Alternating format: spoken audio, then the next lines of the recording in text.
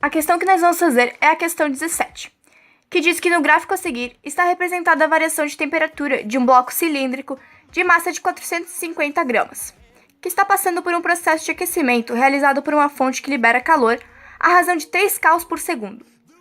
Aí está dizendo para a gente calcular o nosso calor específico do material que constitui o bloco. Como falado na questão, nós precisamos saber qual é o calor específico daquele bloco que levou de temperatura devido a uma fonte de energia.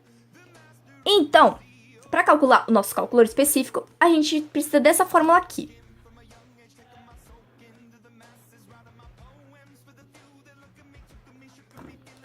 Esse daqui é o nosso calor específico.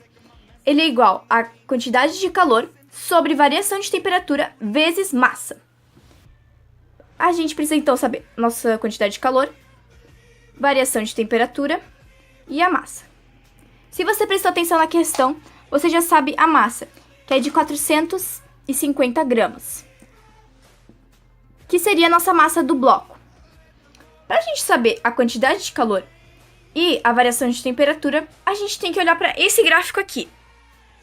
O que esse gráfico mostra pra gente? Ele mostra que o bloco ele inicialmente tinha uma temperatura de 20 graus Celsius. Só que aí ele elevou, durante o período de 10 segundos, ele elevou para 45 graus Celsius. E daqui, só desses números aqui, a gente já pode tirar a nossa variação de temperatura. Como a gente faz isso? A gente faz 20 graus menos 45. Então, vai dar 25 graus Celsius. Agora, para a gente saber nossa quantidade de calor. Como falado na questão, aquela fonte de energia, ela libera 3 cauls por segundo. Como falado,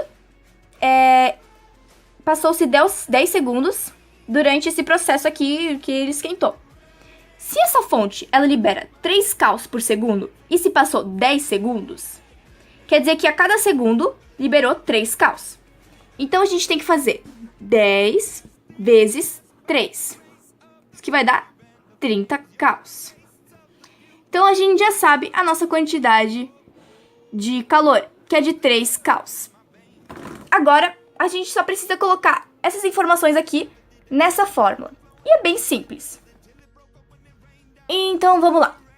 Calor específico é igual a quantidade de calor, que é de 30 cauls, sobre variação de temperatura, que a gente já sabe que é de 25, vezes massa, que é de 450.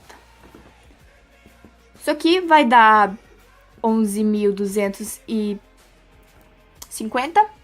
que dividido por 30 vai dar um valor aproximado, ou seja, a gente arredondou. Vai ficar 0,0026, que daí vai continuar por 6. Mas a gente assim descobriu o nosso calor específico daquele bloco.